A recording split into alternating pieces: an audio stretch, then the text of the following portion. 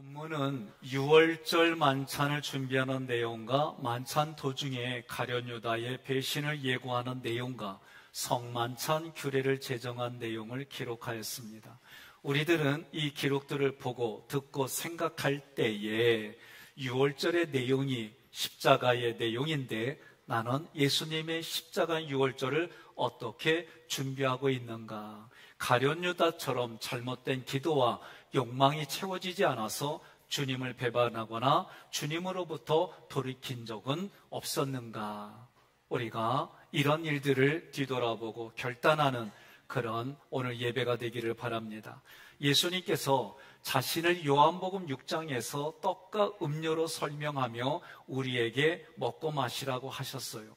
나는 나의 양식인 예수님을 날마다 어떻게 먹고 마시는가? 그 양식은 말씀이에요. 나는 그 양식을 공급해 주시는 하나님께 어떤 자세로 이 시간 예배에 참석하고 어떤 태도로 하나님 앞에 이 자리에 앉아 있는가? 예수님께서 자신의 살과 피로 나를 살리셨어요. 이러한 고백이 누군가에게 전해질 때 십자가의 정신으로 살릴 사람과 그 사람을 위한 나의 헌신과 희생의 사역을 결단하는 예배가 되기를 권면합니다. 예수님께서 제자들이 배반할 것을 아셨어요. 그럼에도 불구하고 끝까지 그들을 섬기며 사랑하셨습니다. 나를 불편하게 만들고 나를 거역한 사람에게도 우리는 예수님처럼 끝까지 기다리며 섬기고 품는 자세로 신앙생활 하시기를 주님의 이름으로 권면합니다. 이런 삶을 위하여 성령님께 구하여 응답받고 살아가시기를 주님의 이름으로 다시 한번 권면하며 축복합니다. 17절에 무교절의 첫날에 제자들이 예수께 나와서 이르되 무교절, 이 무교절은요 6월절이 시작하는 저녁부터 7일 동안을 무교절이라고 그래요. 그러면 6월절은 내가 예수님의 십자가 피 안에 있는, 그래서 예수님의 피로 내가 거듭난 것을 말한다면 무교절은 내가 죄 짓지 않겠습니다. 죄와는 내가 거리를 두고 살겠습니다. 그게 무교절이에요. 그것을 상징으로 누룩이 없는 떡을 먹는 거예요. 무교절의 저녁에 제자들이 하는 게 있어요. 어린 양을 잡아요. 어린 양을 잡아서 예수님께 가까이 드리고 그리고 그것을 드시게 하는 것이 무교절의 저녁입니다. 자, 그러면 지금 무교절 저녁에 제자들이 예수님이 어린 양으로 그 자리에 있다는 걸 알지 못해요. 그런 의도를 알지 못해요. 그래서 제자들이 예수님께 가까이 접근해서 자기들의 논리를 가지고 예수님께 말하는 겁니다. 내용은 6월절 음식 잡수실 것을 우리가 어디서 준비하기를 원하십니까? 지금 예수님께 과거대로 해오는 대로, 지금 간습대로 해오는 대로 6월절에 어린 양을 잡아서 그 의식을 지켜야 되는데 어디서 하면 되겠습니까? 라고 묻는 겁니다. 예수님이 대답하시기를 18절에 이르시되 성한 아무에게 가서 이르되, 이 얘기는요 예루살렘 성 안에 어떤 한 사람에게 가서 나의 말을 전하라. 아싸리 예루살렘에 가면 김재혁 장로가 있는데 그 집 가서 얘기하라. 그러면 이게 쉽겠는데 이렇게 안 하고 익명으로 표시했어요. 왜 그렇습니까? 그 당시에 종교 지도자들이 그리스도인들을 핍박했어요. 따라서 6월절 자리를 제공해 준 사람을 보호하려는 예수님의 의도예요. 내용이 뭐냐? 두 번째 구절에 선생님 말씀이 내 때가 가까이 왔으니 내 제자들과 함께 6월절을 너의 집에서 지키겠다, 그렇게 말하라는 거예요. 자, 예수님이 전한 내용 중에 뭡니까? 내 때가 가까이 왔다. 이 때라고 하는 것은, 크로노스라고 하는 것은 하나님의 시간이에요. 쉽게 말하면, 다시 말하면 하나님이 준비한 6월절이에요. 그 6월절에 예수가 어린 양이 돼서 십자가에 죽는 시간이 가까이 왔다라고 말하는 거예요. 이 당시에는 유대인들의 전통이 있어요. 그건 무슨 얘기냐면 메시아가 6월달에 이스라엘을 구원해 주신다. 이날 예수님이 구원해 주셨다. 이 근거가 뭐냐? 이스라엘 백성들이 애굽의 압제하에서 노예로 살았어요. 그런데 6월절 날 그 이스라엘 백성을 해방시켜줬어요. 구원해줬어요. 이러한 역사의 과거 경험이 오늘 우리에게 지금 6월절을 지키는 이 시간 로마로부터 하나님이 우리를 구원해 주실 거야. 이렇게 가르쳐 왔어요. 그러니 제자들은 지금 예수님은 6월절에 어린 양으로 죽으시겠다는 이 의도를 모르고 과거로부터 지켜온 경험, 관습, 전통, 그 전통을 가지고 오늘 6월절과 무교절을 지켜야지, 그런 생각으로 접근한 거예요. 19절, 제자들이 예수께서 시키신 대로 하여 6월절을 준비한 겁니다. 자, 6월절은 시작은 뭐냐? 먼저 집안에 있는 누룩을 다 제거해요. 저 어렸을 때는 나를 포함해서 우리 친구들이 얼굴에 곰팡이가 있었다. 그 곰팡이를 우리는 버듬이라고 그래요. 맞지요?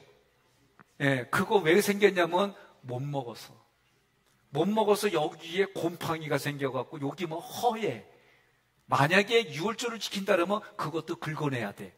피나게 긁어내면 안 돼요. 그리고 꼭 장롱 뒤를 보면은, 이사할 때 보면은 곰팡이 잔뜩 있어요.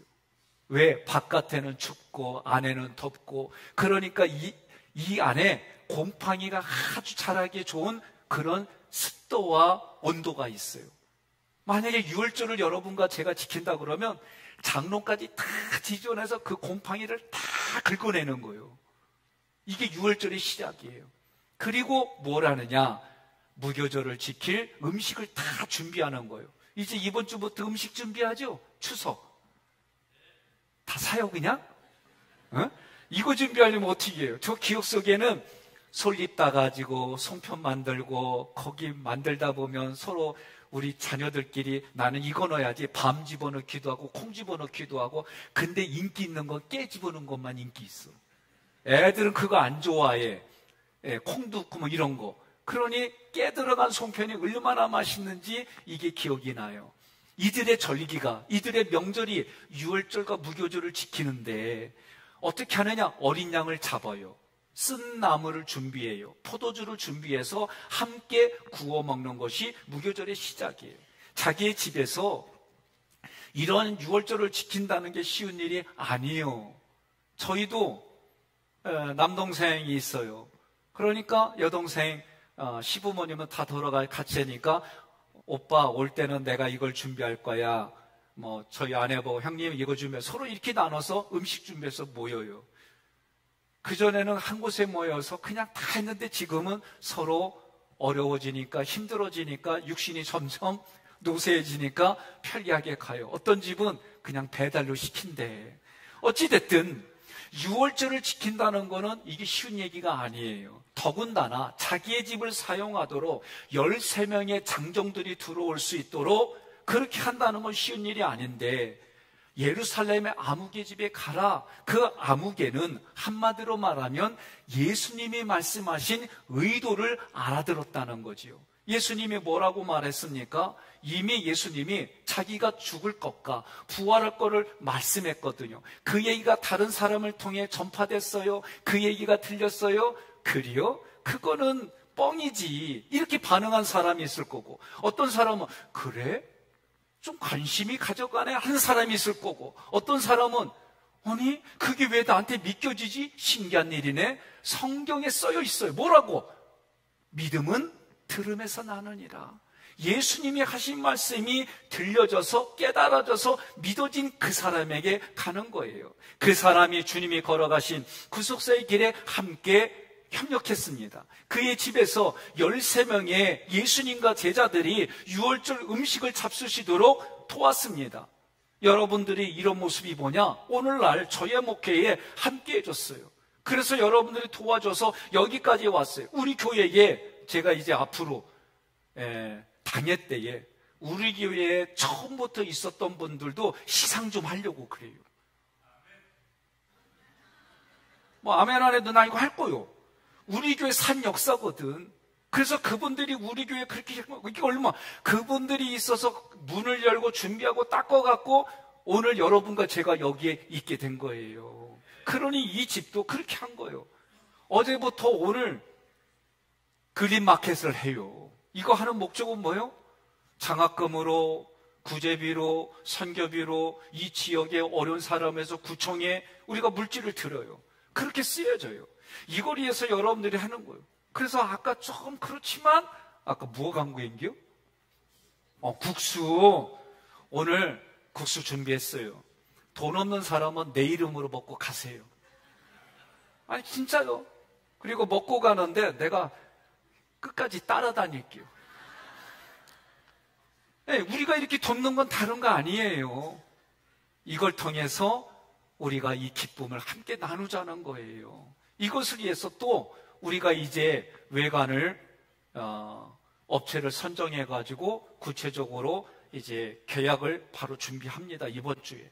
그런데 느에스의 기도는 거는 허물어진 문들을 허물어진 하나님의 성전들을 하나하나 채워가는 그런 부분인데 우리가 거기에 시간을 못 내요. 내가 거기에 할 수 있는 일들이 쉽지 않아요. 그래서 업체를 선정하고 그 사람 대신 내 대신 좀 일해달라고 여러분들이 기도해주고 여러분들이 물질로 함께하고 있어요. 그런데 저도 지금 레이기를 준비해요. 레이기를 준비하다 보니까 예배, 5대 제사라는 거는 하나님께 나아가는 예배예요. 그러면 예배는 하나님이 나를 이 땅에 살아갈도록 공급해 주시는 거예요. 하나님의 말씀을 통해 나에게 공급해 주시는데 나는 그거를 받으려고 하는 태도가 중요해요. 그래서 5대 제사의 정신이 오늘 여러분과 제가 드리는 이 예배 속에 녹아져 있어요. 번제가 뭐냐? 나의 모든 걸 거는 거예요. 하나님, 내가 이 예배에 모든 걸 걸겠습니다. 그래서 구약에 보니까, 레위기에 보니까 제사장이 먼저 자기 예배를 드려요. 그래서 제가 어제 하나님 앞에 나의 예배를 드렸어요. 과거에는 잠깐 올라와서 기도하고 이런 걸로 길어봐야 2시간 이런 식으로 생각했는데 제가 온전히 하나님께 나의 예배를 먼저 드려요.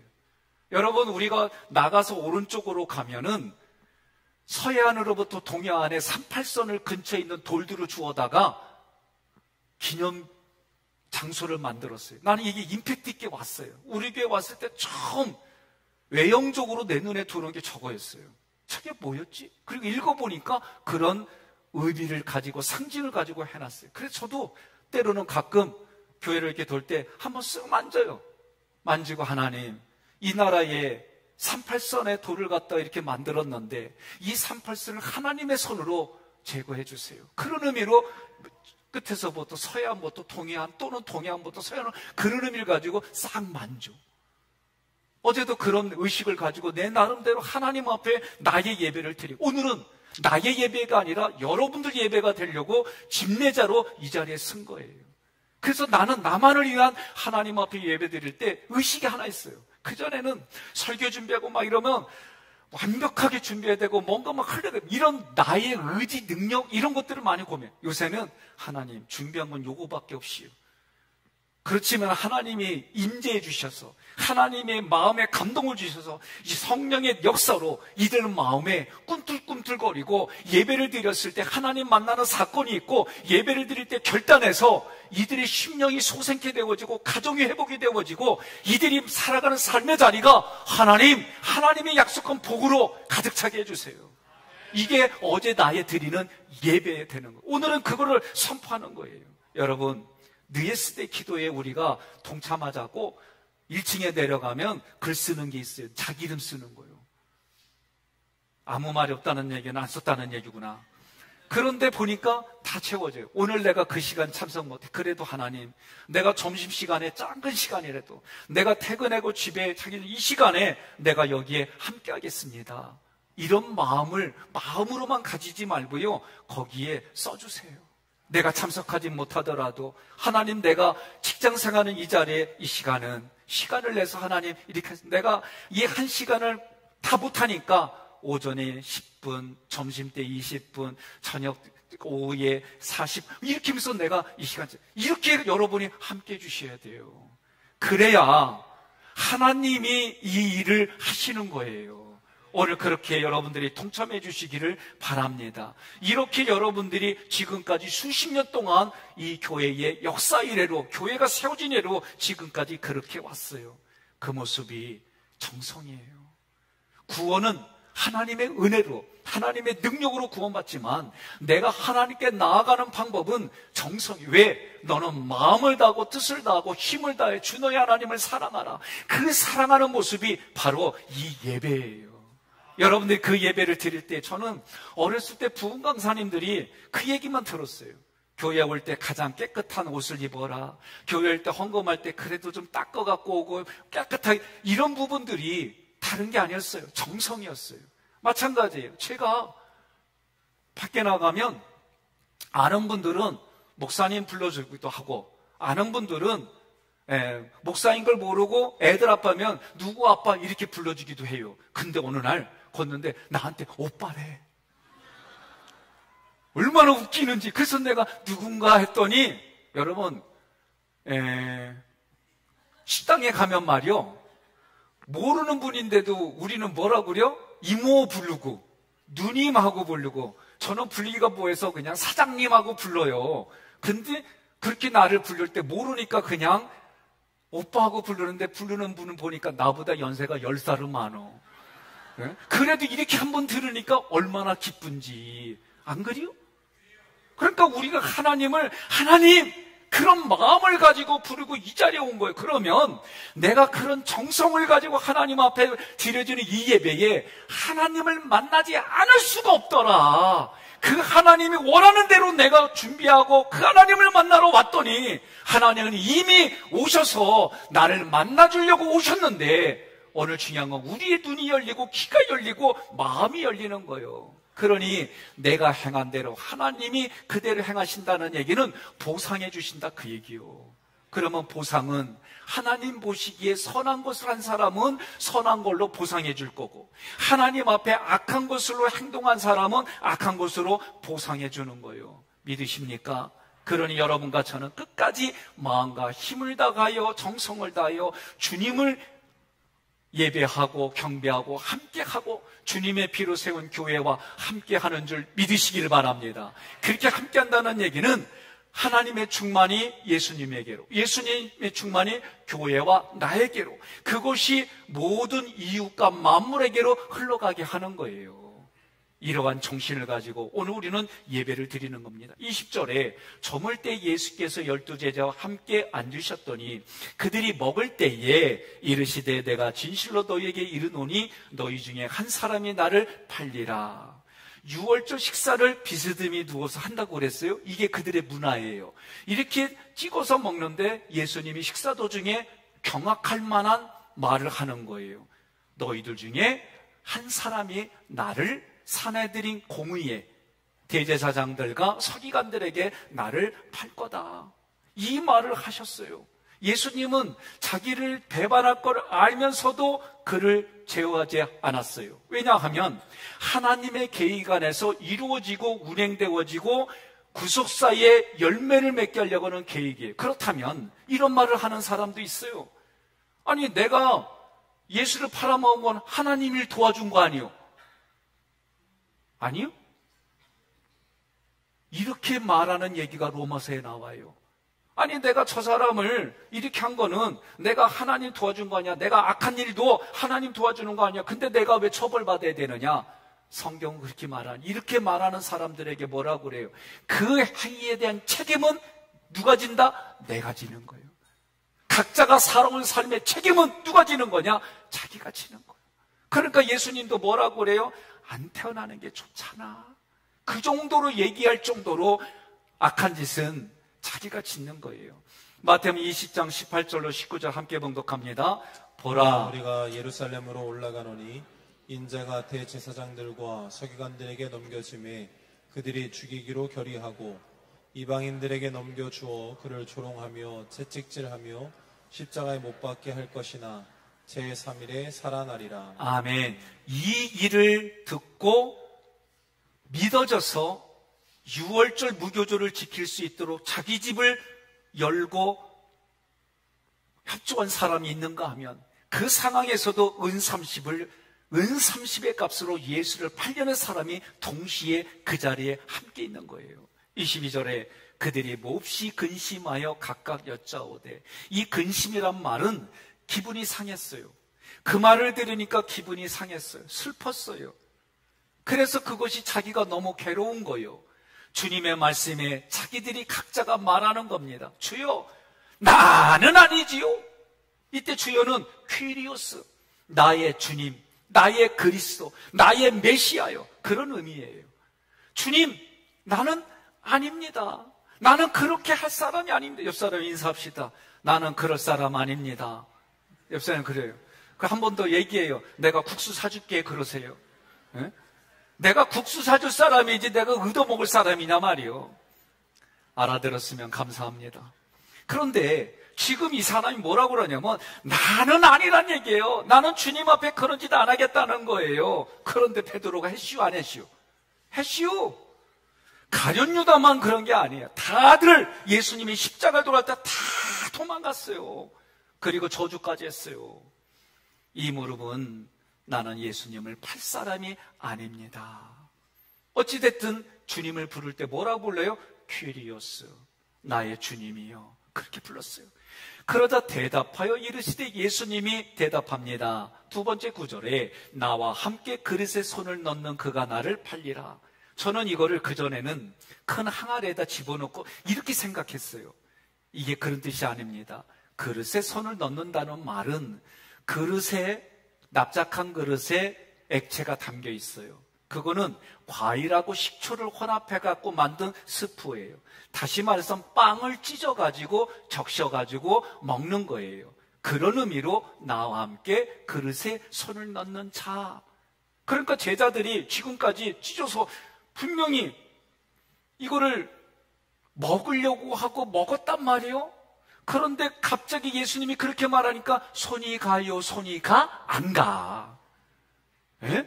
새우깡은 자꾸 손이 간다 그러지만 이게 손이 안 가. 못 가는 거지. 아니 지금 이곳에 같이 찍어 먹는 자가 예수를 팔 사람이라고 그러니까 못하지. 여러분, 이런 상황 속에서 예수님이 누구라고 얘기는 안 합니다. 왜 그랬을까? 지금 여러 사람들이 찍었는데 이 얘기는 교만하지 말라는 거예요. 자만하지 말라는 거예요. 우리가 서 있을 때 넘어질까 조심하라는 거예요. 깨어 있으라는 거예요. 그러면서 24절에 예수님이 말씀합니다. 인자는 자기에 대하여 기록된 대로 가거니와. 인자, 하나님의 아들이란 예수 그리스도인데 하나님의 아들, 사람의 몸을 입고 와야만 육신으로 짓는 죄를 대신 감당할 수 있는 거예요. 남자의 도움 없이 하나님의 능력으로 예수님이 사람의 아들로 이 땅에 오셨어요. 오셔서 기록된 대로 가거니와. 기록된 것은 구약에 하나님의 예언자, 선지자를 통해 기록한 대로 지금 이루어지는 거예요. 그 이루어지는 내용이 뭐냐? 예수님이 어린 양으로 십자가에서 죽으시는 거예요. 누구에 의해서? 대제사장들과 서기관 율법사들에 의해서 이가 죽는 거예요. 그런데 그 구원자가 누구냐? 예수다. 예수가 하나님의 뜻에 차원하여 순종하고 그리고 십자가에서 그리스도로 죽으신 거예요. 이 일을 행하는 가룟 유다에게는 예수님이 뭐라고 그러냐면 두 번째 구절에 인자를 파는 사람에게는 화가 있으리로다. 심판의 경고를 해요. 이 경고는 다른 말로 말하면 너 이 말 들었을 때 돌이켜. 너 이 말 쓸 때 돌이켜. 그런데 사람들이 대부분 어때? 경고야 그러면 괜히 화를 내. 안 그래요? 경고라고 그러면은 이상하게 사람들이 화를 내. 아니 경고가 더 큰 일이 일어나기 전에 일어나는 거거든요.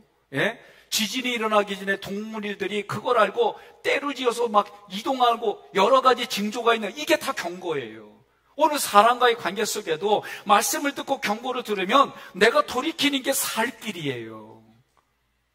옆에 분에게 그럽시다. 경고 듣지 말고 잘 살자 그러세요. 예? 예수님 안에서 우리가 잘 살아야 되는 거예요. 25절에 뭐라고 그래요? 예수를 판 사람들은 태어나지 않았으면 그 사람에게 좋았을 텐데, 예? 이 얘기가 24절 세 번째 구절에 나왔어요. 여러분 혹시 이런 얘기 들어봤어요? 어떤 사람에게 협박하는 거, 너 까불면 태어난 거 후회하게 해줘. 이거 사람끼리 얘기할 땐 진짜 무서운 얘기예요. 예? 얼마나 자기의 힘이 있으면, 얼마나 자기의 권세가 있으면 그렇게 말을 할까. 그런데 오늘 예수님은 뭐라고 그래요? 네가 아싸리 태어나지 않았으면 너에게 좋았을 거를. 왜? 이거는 그만큼 무서운 얘기다, 그 얘기예요. 네 일을 행하는 너에게는 이것은 용서받지 못할 일이다, 그 얘기예요. 예수를 파는 유다가 말합니다. 자기를 변호하면서 말합니다. 라비요, 나는 아닙니다. 그지요? 이렇게 얘기하는겨. 이걸 위증이라고 그래. 예? 이미 은 30을 가지고 예수를 팔아 넘기려고 가졌는데, 라비요, 다른 사람은 큐리오스, 나의 주님이요. 그런데 지금 가룟 유다는, 과거에는 큐리오스라고 불렀는데 지금은 라비요. 이미 마음이 상했어요. 마음이 상하고 마음이 불편하고, 그러니까 부르는 것도 한 단계 낮춰서 율법을 가르치는 선생이요, 나는 아닙니다. 나는 아니지요. 그렇게 말하는 거예요. 지금. 그래서 우리는 신앙생활에 지금을 봐요. 지금 나는 배우자에게, 지금 나는 자녀들에게, 지금 나는 부모님에게, 지금 나는 저 사람에게, 이 지금이 중요한 거예요. 25절에 대답하시되 내가 말하였도다 하시니라. 이 말은요, 예수님 앞에 가룟 유다가 나는 아니지요 말을 했는데 그건 너의 생각일 뿐이다. 너 스스로가 말을 했다. 너 자신이라고 네가 알고 있지 않느냐. 가룟 유다에게 회개할 기회를 또 주셨어요. 그럼에도 불구하고 가룟 유다는 사단의 지배를 받아 끝끝내 배반의 길로 들어섰어요. 이런 거를 우리가 조금이라도 이길 수 있는 방법은 내 생각과 감정을 노트에 기록해 보세요. 내가 아무리 미워하는 사람일지라도, 내가 아무리 싫어하는 일지라도, 내가 아무리 상처로 받은 걸지라도 써보면 거기에서 내 생각을 바꿀 수 있는 기회가 생기고 내 감정을 낮출 수 있는 기회가 생겨요.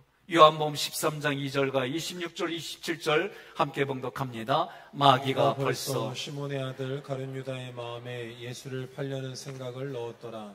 예수께서 대답하시되 내가 떡 한 조각을 적셔다 주는 자가 그니라 하시고 곧 한 조각을 적셔서 가룟 시몬의 아들 유다에게 주시니 조각을 받은 후 곧 사탄이 그 속에 들어간지라. 이에 예수께서 유다에게 이르시되 내가 하는 일을 속히 하라 하시니. 아멘. 자, 지금 같이 손을 못 놓는 거예요.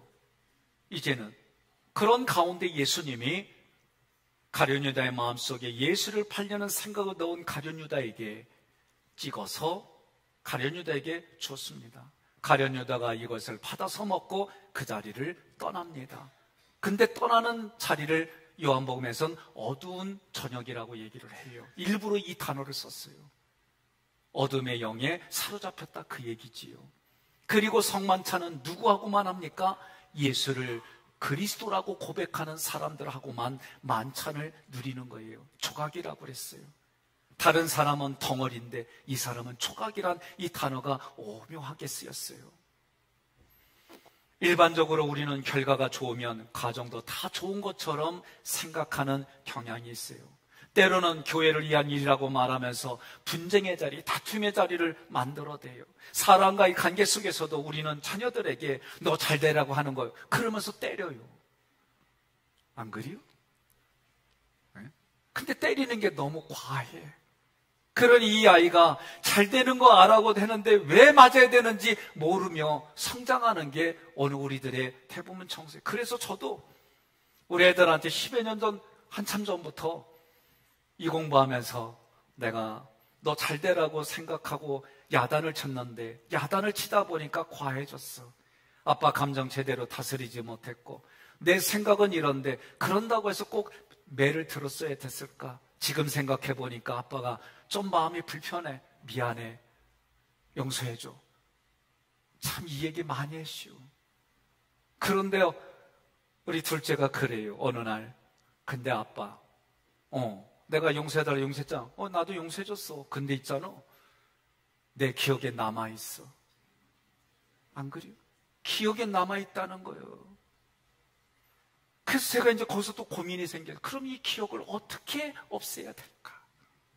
고민했더니 전문가들이 얘기하기를 큰 보상을 해주라는 거예요. 상상 밖의 보상을 해주라는 거예요. 그래서 그렇게 하기 시작했어요. 왜 나만 봐요? 나도 그렇게 살았어요.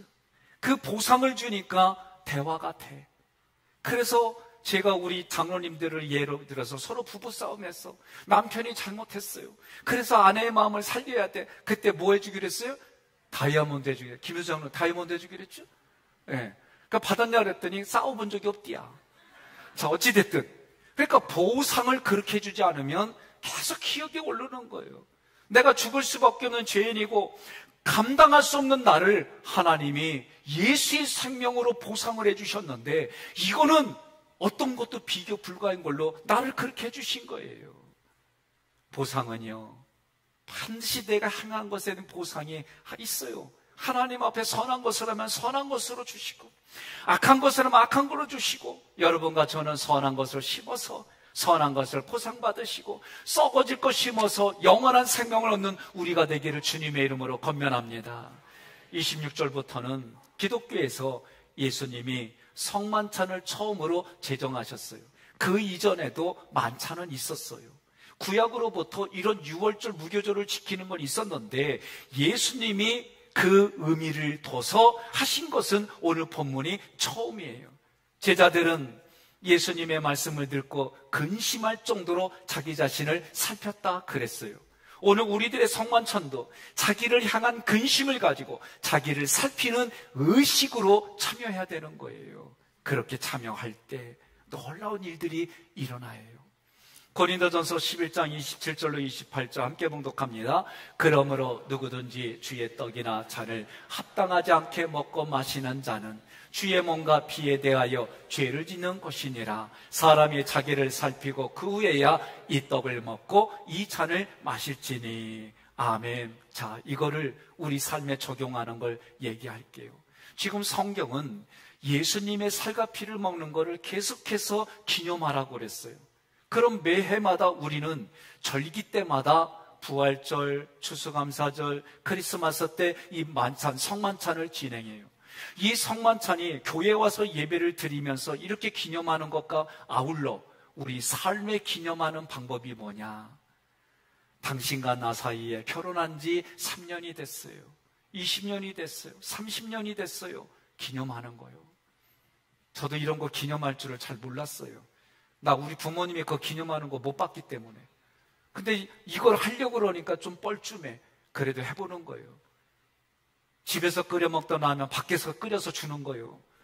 그렇게 기념을 담아 하는 거예요. 여러분들이 그렇게 기념하는데 근거가 뭐냐? 예수님을 기념하는 마음으로 나하고 함께하는 일평생을 하는 배우자를 내가 기념해 주는 거예요. 나 아멘 할 때까지 계속 할 거예요. 예? 이게 무슨 게 아니에요. 하나님의 말씀을 갖다가 내 삶에 적용하는 게 뭐냐? 여러분 자녀들은 생일 축하해 주잖아요. 그런데 왜 자녀들은 부모님 생일을 잘 축하를 안 해줄까? 그래서 아내하고 제가 생각을 바꿨어요. 돌아오는 저 언제가 엄마 생일이다. 엄마 나 이거 원해. 나 니네가 이렇게 얘기하자고 그랬어요. 그래서 했어요. 지금 얘기 안 해도 알아서 해요 이제. 애들이 말이에요. 5월 8일 되면은 어렸을 때 카네이션 달고 막 그날 하루는 잘해. 근데 그 다음날부터는 원리치로 돌아가. 왜 그럴까? 우리가 교육하고 가르쳐야 되는 거예요. 정신을 가르쳐야 되는 거예요.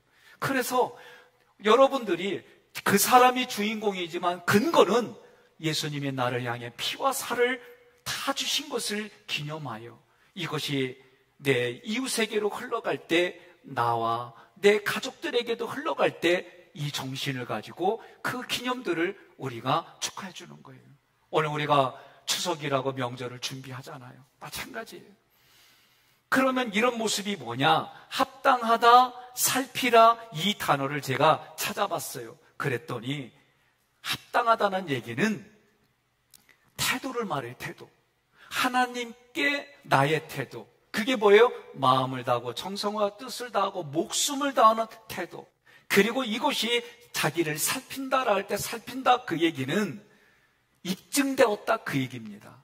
그러니 지금 가룟 유다에게도 예수님이 성만찬을 베풀었지만 그가 먹고 그 자리를 도망갔고, 그러나 제자들은 그 자리에서 이 말씀의 의도를 다 들었어요. 이 차이가 큰 거예요. 오늘 여러분과 저도 마찬가지입니다. 그러면 마음을 다하고 뜻을 다하고 정성을 힘을 다하는 이 외적인 표현이 기념하는 게 거기까지 간다면 이것이 하나님과의 관계는 어떻게 나타나야 되느냐? 그게 예배예요. 그게 예배입니다. 예배는 5대 제사 7대 절기를 제가 지금 레이기를 준비하면서 깨닫는 게 뭐냐? 하나님 앞에 예배드리는 나의 태도가 중요한 거예요. 그래서 제가 이거를 다시 깨닫고 나서는 전날 나를 위한 예배를 온전히 하나님께 드리고, 그리고 여러분에게, 그리고 제가 우리 교회 와서 의미 있는 곳들마다 손을 대면서 하나님, 하나님의 피값으로 세운 교회입니다. 이 교회에 파수꾼을 세워도 아무리 앞에서 우리가 지켜도 하나님이 지켜주지 아니하면 문제가 일어날 수 있는 우리 인간사가 있습니다. 하나님 도와주세요. 은혜를 베풀어 주세요. 그래서 번제의 마음을 드리는 거예요. 번제는 뭐예요? 나의 모든 것을 거는 거예요. 그래서 제가 오늘 이 예배에 내가 내 육신의 힘이 빠지지 않도록 토요일날 힘쓰는 걸 조심하고, 마음 상하지 않으려고 내가 사람들 만나는 것도 조심하고, 예배 드리는 중간중간에도 불편한 거 있으면은 그거 만들지 않으려고 애를 쓰며 이 예배의 집례자로 오늘 제가 서는 거예요. 여러분들은 어떻습니까?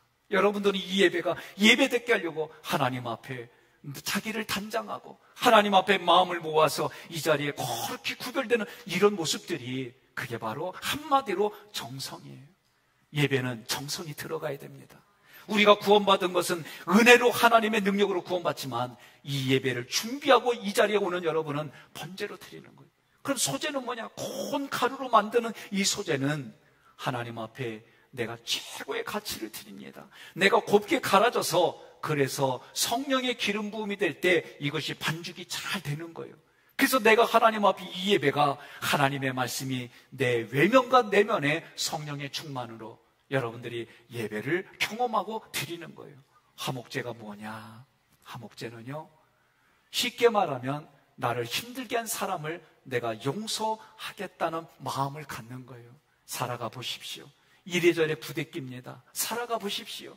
회사에서 또는 내가 만나는 사람 중에 이해관계로 부대끼는 일들이 얼마나 많아요. 더군다나 내가 그 사람 때문에 물질로, 그 사람 때문에 육체적으로 건강을 잃어버린 상황이 되면 용서가 안 돼. 그런데 성경은 화목제가 뭐냐면 너 그 사람 용서할 마음이 있니? 용서할 마음을 있습니다. 그게 예배예요. 이게 없다고 그러면은 그 사람이 드리는 예배는 하나님이 안 받으시겠다 그랬어요. 그러니 이러한 예배의 정신을 가지는데 다시 1장부터 5장까지 속죄제, 속건제, 이 5가지 예배의 방법을 가르쳐준 정신이 그거예요. 속죄제는 나는 죄인이기 때문에 하나님 전에 갈 수 없고, 나는 죄인이기 때문에 나는 나 혼자 힘으로 살아갈 수 없는데 하나님이 은혜를 베풀어 살아가서 하나님의 은혜를 베풀어 여기까지 왔사오니 나는 오직 은혜만을 사모합니다. 그런 마음이 속죄제고, 속건제는 하나님, 내가 이제 깨달아지니까 내가 남에게 아픔을 준 마음을 어루만져 준 걸 물질로 보상하고, 내가 남에게 손해를 준 거를 4배부터 5배로 보상해주고, 이런 마음으로 내가 하나님 예배드리고 결단합니다. 이게 속건제예요. 그러니 오늘 우리가 이러한 정신을 가지고 예배드린다면, 예배를 드리고 있다면 하나님을 만나지 않을 수가 없는 거예요. 신기한 거는 1장부터 5장까지 이 예배의 정신을 말하고 6장부터 7장까지는 다시 이 화목제가 맨 뒤에 나와. 그러면서 이 화목제를 드릴 때에 번제와 함께, 소제와 함께. 한마디로 말하면 화목제는 우리 힘으로 하기가 어려운 거예요. 그러니 성령의 도우심이 있어야만 내가 용서할 수 있는 이 마음이 있고, 또 그것이 너무나도 어렵기 때문에 평상시에 왼수처럼 죄 짓지 말고 살라는 거예요. 평상시에 누구든지 간에 부대끼지 말고 살라는 거예요.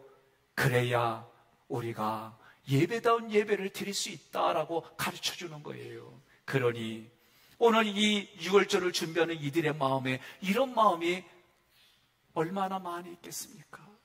26절, 그들이 먹을 때 예수께서 떡을 가지사 축복하시고 떼어 제자들에 주시며 이르시되 받아서 먹으라, 이것은 내 몸이니라 하시고. 자, 26절부터 28절까지는 구약에 예언된 6월절의 어린 양의 실체가 예수님이다. 그 예수님이 육신의 몸을 입고 이 땅에 오신 하나님이신데 나와 우리를 대신해서 그 죄를 다 가지고 가셨다. 6월절에 곰팡이를 긁어내는 것처럼 우리들의 뼈까지 있는 죄를 다 긁어가서 십자가에서 해결해 주셨다. 그것을 기념하는 게 성만찬이다. 그래서 성만찬은 자기를 부인한 사람들, 세례를 받은 사람들만 성만찬에 참여하는 그런 의식이에요. 이 의식은 우리에게 역사적인 사건입니다.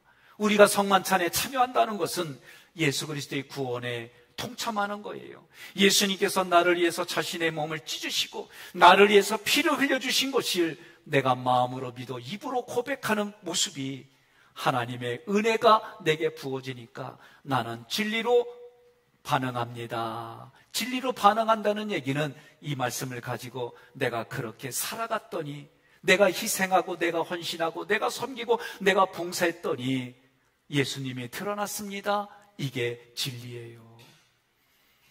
이사야 53장 5절에 찔림은 우리의 허물 때문이요 상함은 우리의 죄악 때문이라. 징계를 받아서 우리가 평화를 누리고 채찍에 맞아서 나음을 받았다고 그랬습니다. 예수님이 오셔서 예수님의 입으로 말씀하셨습니다. 나는 하늘에서 내려오는 떡이라. 이 떡을 먹으면 죽지 않는다. 이 떡을 먹으면 영원히 영생하리라. 이 떡은 나의 몸이다라고 예수님이 말씀하셨어요. 그래서 예수님은 고린도전서 11장 24절 함께 봉독합니다. 축사하시고 떼어 이르시되 이것은 너희를 위하는 내 몸이니 이것을 행하여 나를 기념하라 하시고. 아멘. 27절에 이어서 바로 감사기도 하시고 잔을 그들에게 주시며 다 이것을 마시라. 자, 여기서 주시며라고 하는 이 단어는요, 앞부분에 떡을 주시며 용법이 같아요.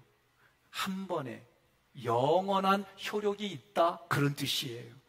하나님이 나에게 주신 것이 단 한 번에 영원토록 효력이 있다는 거예요. 이것을 여러분과 저는 오늘날도 기념하며 성만찬에 참여하는 거예요. 그래서 로마서 6장 10절에는 예수 그리스도가 죽으심은, 살과 피를 우리에게 먹여주심은 죄에 대하여 단번에 죽으심이요 그가 살아계심은 하나님에 대하여 살아계심이라. 28절 함께 봉독합니다. 이것은 제 사함을 얻게 하려고 많은 사람을 위하여 흘리는 바 나의 피 곧 언약의 피니라. 아멘. 주님이 주시는 잔, 주님이 주시는 떡을 왜 한 번에 영원토록 먹게 마시게 하는지 이유를 설명했어요. 이것이 언약의 피, 약속의 피라는 거예요. 이 언약의 피는 예수님의 영원한 생명이에요. 그 영생을 여러분과 제가 가지고 있는 겁니다. 인류는 대속을 위해 흘린 예수님의 피가 모든 사람을 위해서 주셨지만 실제로는 거절한 사람들이 있기 때문에 오늘 성경에서는 많은 사람들이라고 그랬어요.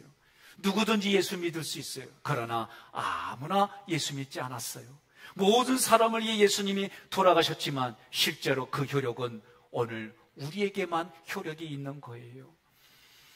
예수님의 살과 피로 영원한 생명을 얻었습니다. 여러분, 이 영생을 누리시기를 바랍니다. 누리고 있는 기쁨이 나에게서 그 묵상을 하고 생각만 하면 기쁨이 올라오면 이 자리가 내 마음이 천국이구나, 그렇게 깨달으십시오. 이것을 믿는 우리들은 구원의 기쁨이 있습니다. 영생을 주신 감사가 있습니다. 이게 날마다 있는 거예요.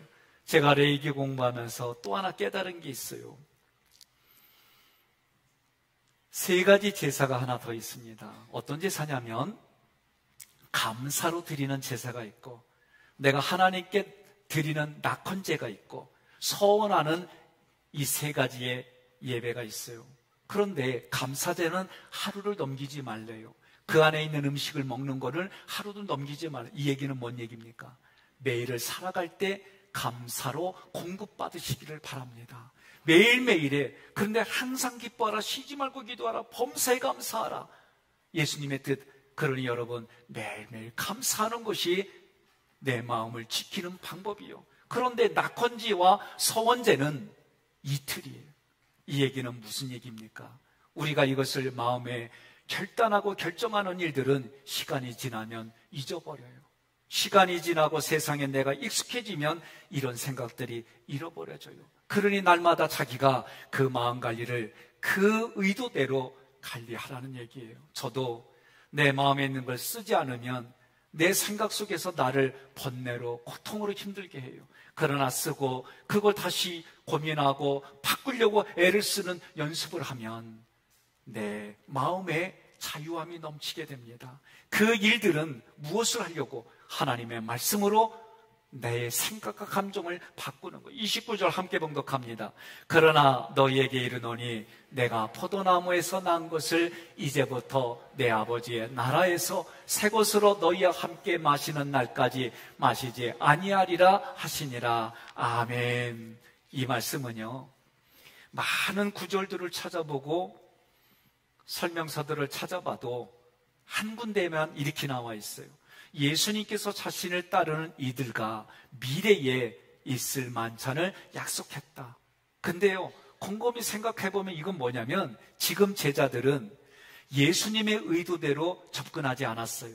과거로부터 있던 습관, 과거로부터 있던 작년들의 명절 지켰으니까 오늘도 명절 지키는 거야, 이렇게 접근했는데 예수님은 오늘 자기가 죽는 것, 그리고 자기가 부활하는 것, 승천하는 것, 이것들을 경험하게 되면 너희들과 새롭게 새로운 자리에서 이 만찬을 즐기겠다, 이렇게 얘기하시는 거예요. 무슨 얘기입니까? 예수님이 십자가에 죽으셨습니다. 경험했습니다. 부활했습니다. 경험했습니다. 승천했습니다. 경험했습니다. 그리고 나서 그들이 그래도 두려워서 마가이 다락방에 숨어 있을 때에 성령이 그에게 부어주셔서 오순절 마가이 다락방에 성령이 임재한 거예요. 그 자리가 만찬의 자리다라고 예수님이 오늘 이렇게 말씀하신 거예요. 여러분과 제가 매주일 매일 드려지는 예배에 이러한 마음에, 이러한 정성에, 이러한 힘을 가지고 이 자리에 앉으신다면 여러분, 하나님을 만난 그 기쁨과 감사로 오늘 여러분들이 결단하는 그 결단을 가지고 밖으로 나가서 그 결단이 열매로 이루어지는 줄 믿으시기를 바랍니다. 30절 함께 봉독합니다. 이에 그들이 찬미하고 감난산으로 나아가니라. 아멘. 예수님이 만찬을 마치셨습니다. 기도하려고 감난산으로 가셨습니다. 십자가의 죽음을 목전에 두었습니다. 얼마나 힘드셨을까? 예수님이 고백합니다. 이 잔을 거둘 수만 있다면 거두어달라고 말씀해 드렸어요. 그러나 하나님의 뜻대로 해달라고 말씀하시고 십자가의 고난을 맞이했습니다. 하나님과 평상시에 기도하는 교제의 자리에 가셔서 기도했습니다. 여러분, 그 장소가 감람산이고 여러분과 저에게 그 장소가 하깃교회고 여러분들이 하나님 앞에 약속한 그 골방이 바로 감람산임을 기억하시기를 바랍니다. 감람산 안에 겟세마네 동산이 있습니다. 그 자리는 십자가를 지는 고난의 자리입니다. 그 자리는 부활과 승천을 경험한 자리입니다. 나에게는 그 자리가 오직 유월절의 제물이신 주님의 은혜를 경험하는 자리, 주님의 은혜를 경험하는 그 자리가 오늘 여러분이 앉아있는 그 자리, 여러분이 살아가는 삶의 자리, 그래서 그 자리에서 나의 옛 자아는 죽고 십자가에서 죽고, 그래서 내가 예수님이 죽어서 내가 살았다면 이제부터는 내가 죽고 예수님이 사는 자리를 만들어 갑시다. 이것이 오늘 여러분과 제가 결단해야 될 자리입니다. 예수님이 감람산으로 제자들을 인도하신 것은 그 은혜를 나눠주려고 하는데 이들이 육신이 연약하여 졸았다고 그랬어요. 오늘 그 자리에 졸지 맙시다. 오늘 그 자리에 여러분과 저는 새로운 보혜사 성령님을 통해서 새로운 심령으로 살아가고, 내가 오늘 이 예배에 그러한 정성과 자세로 와서서 결단하는 그 결단들이 내 삶의 가정에서, 여러분이 살아간 삶의 실제에서 이루어지기를 바랍니다. 그 현장이 에베소서에 말한 것처럼 부부의 현장입니다. 부모와의 자녀의 현장입니다. 이웃과의 현장입니다. 사장과 사원들의 현장입니다. 목회자와 성도의 현장입니다. 그래서 우리가 죽고 예수님이 사는 삶을 드러냅시다.